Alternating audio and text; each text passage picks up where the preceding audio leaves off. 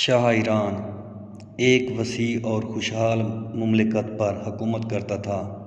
اس کے دور حکومت میں دانش مندی، انصاف پسندی اور اپنے لوگوں کے لیے فرض شناسی کا گہرا احساس تھا۔ وہ دور دور تک ایک منصف اور خیر خواہ حکمران کے طور پر جانا جاتا تھا اور اس کی بادشاہی اس کی حکمرانی میں پروان چڑھی۔ شاہ ایران اپنے والد شاہ آرک کے انتقال کے بعد تخت پر بیٹھا۔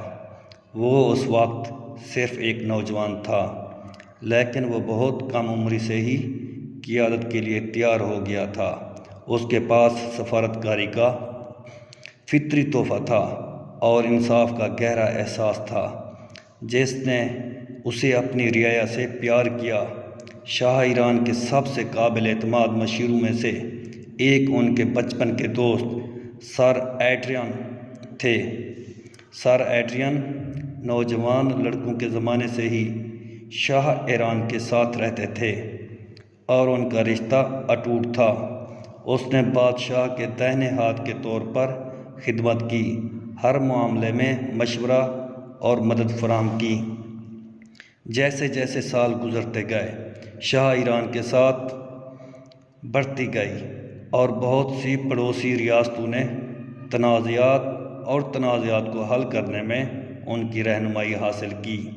وہ سب سے زیادہ منقسم زمینوں میں بھی ہم آہنگی لانے کی صلاحیت کے لیے پیس میکر کنگ کے نام سے جانا جاتا تھا۔ ایک دن ایک قاصد ضروری خبر لے کر شاہی محل میں پہنچا۔ ایک پڑوسی ریاست بادشاہت وریشیا ایلڈوریا کے بادشاہی کے ساتھ جنگ کے دہانے پر تھی۔ دونوں ریاستوں کے درمیان علاقے پر دیرینہ تنازعات چل رہے تھے اور تناؤ اس حد تک بڑھ گیا تھا کہ واپسی نہیں ہو سکتی تھی۔ شاہ ایران جانتا تھا کہ اسے تباہ کن جنگ کو روکنے کے لیے مداخلت کرنی ہوگی۔ اس نے سر ایڈریان اور ان کے مشیروں کو کونسل سے ایک منصوبے پر بات کرنے کے لیے کہا۔ طویل غور و خوض کے بعد انہوں نے وریشیا اور ایلڈوریا کے حکمرانوں کو ایران کی بادشاہت میں امن سربراہی اجلاس میں مدعو کرنے کا فیصلہ کیا۔ سربراہی اجلاس طے ہوا اور دونوں حکمرانوں نے شرکت پر رضامندی ظاہر کی۔ شاہ ایران سر ایڈریان کے ساتھ اہم سفارتی تقریب کے لیے تیار تھے۔ سمٹ کا انعقاد ایک عظیم الشان ہال میں کیا گیا، جو شاندار ٹیپسز اور فانوس سے مزین تھا۔ ایک بڑی گول میز بچھائی گئی جس میں حکمرانوں اور ان کے وفود کی نشستیں تھیں۔ سمٹ شروع ہوتے ہی کشیدگی فضا میں معلق ہو گئی۔ وریشیا اور ایلڈوریا کے حکمرانوں نے ایک دوسرے کو محتاط نظروں سے دیکھا۔ شاہ ایران نے میز کے سرہانے بیٹھ کر کارروائی شروع کی۔ انہوں نے امن کی اہمیت اور جنگ کی تباہ کن نتائج کے بارے میں بات کی۔ انہوں نے دونوں حکمرانوں سے سمجھوتا کرنے اور خون ریزی کا سلسلہ ختم کرنے کی التجا کی۔ مذاکرات شدید اور بعض اوقات گرما گرم تھے، لیکن شاہ ایران کا صبر اور دانش غالب رہا۔ سر ایڈریان کی مدد سے اس نے ایک ایسا حل تجویز کیا جس سے دونوں فریق مطمئن ہو گئے۔ اس میں متنازع علاقے کی منصفانہ تقسیم شامل تھی، جس میں ہر ممکن کو قیمتی وسائل تک رسائی حاصل تھی۔ وریشیا اور ایلڈوریا کے حکمرانوں نے شرائط پر اتفاق کیا اور ایک امن معاہدے پر دستخط کیے۔ پورا حال تالیوں سے گونج اٹھا۔ ایک امن ساز کے طور پر شاہ ایران کی ساکھ مزید مستحکم ہوئی۔ وریشیا اور ایلڈوریا دونوں مملکت کے لوگ اس کی مداخلت کے شکر گزار تھے اور انہوں نے اسے امن کا حقیقی ہیرو قرار دیا۔ لیکن شاہ ایران کا کام بہت دور تھا۔ اپنے لوگوں کی بھلائی کے لیے وقف ایک حکمران کے طور پر اس نے اندرونی معاملات پر بھی توجہ دی۔ انہوں نے اپنی رعایا کی زندگیوں کو بہتر بنانے کے لیے اصلاحات نافذ کی۔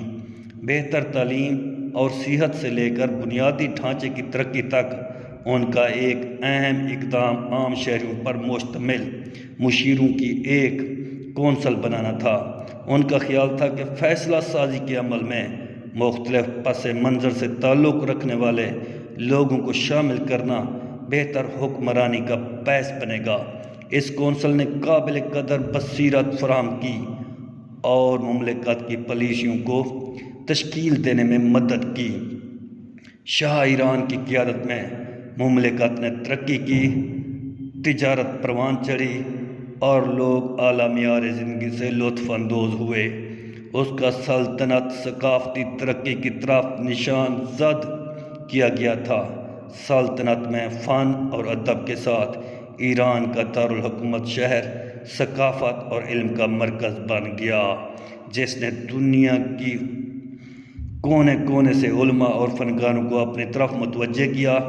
لیکن یہاں تک کہ بادشاہوں کے سب سے پیارے کو بھی چیلنجوں کا سامنا کرنا پڑا۔ ایک پڑوسی ریاست ڈریکوریا کی بادشاہی نے طویل عرصے سے توسیع کے عزائم رکھے ہوئے تھے۔ اس کا حکمران کنگ روڈرک شاہ ایران کی کامیابی اور اس کی سلطنت کے استحکام پر رشک کرتا تھا۔ بادشاہ روڈرک نے ایران کی بادشاہت کو غیر مستحکم کرنے کی کوشش کی اور اس نے اقتصادی تخریب کاری کی مہم شروع کی۔ افواہیں اور جھوٹ پھیلا کر عوام کو اپنے محبوب حکمران کے خلاف موڑ دیا۔ شاہ ایران نے اپنی رعایا کی فلاح و بہبود پر توجہ مرکوز کرتے ہوئے ان چیلنجوں کا مقابلہ فضل اور لچک کے ساتھ کیا۔ سر ایڈریان ہمیشہ کی طرح وفادار ان حملوں کا ماخذ کی چھان بین کی اور کنگ روڈرک کے ملوث ہونے کا پردہ فاش کیا۔ ثبوت بین الاقوامی برادری کے سامنے پیش کیے گئے اور کنگ روڈرک کو ان کے اعمال کی مذمت کی گئی۔ ڈریکوریا پر پابندیاں لگائی گئیں اور اسے عالمی سطح پر الگ تھلگ کر دیا گیا۔ نتیجے کے طور پر شاہ روڈرک کی ایران کی بادشاہت کو غیر مستحکم کرنے کی کوشش ناکام ہوئی اور شاہ ایران کی مقبولیت میں اضافہ ہوا۔ اس کی سلطنت کے لوگ اس کے گرد جمع ہو گئے، اپنے عقل مند اور انصاف پسند حکمران اور فخر کرتے تھے۔ جیسے جیسے سال گزرتے گئے شاہ ایران ان کی صحت خراب ہونے لگی۔ اس کے ایک زمانے کے سیاہ بال چاندی میں بدل گئے اور اس کے چہرے پر لکیریں بن گئیں۔ وہ جانتا تھا کہ اسے اگلی نسل تک اقتدار کی ہموار منتقلی کو یقینی بنانا ہے۔ اپنی طرف سے مشیروں کی کونسل کے ساتھ شاہ ایران نے اپنے بڑے بیٹے پرنس لوریان کو جانشین منتخب کیا۔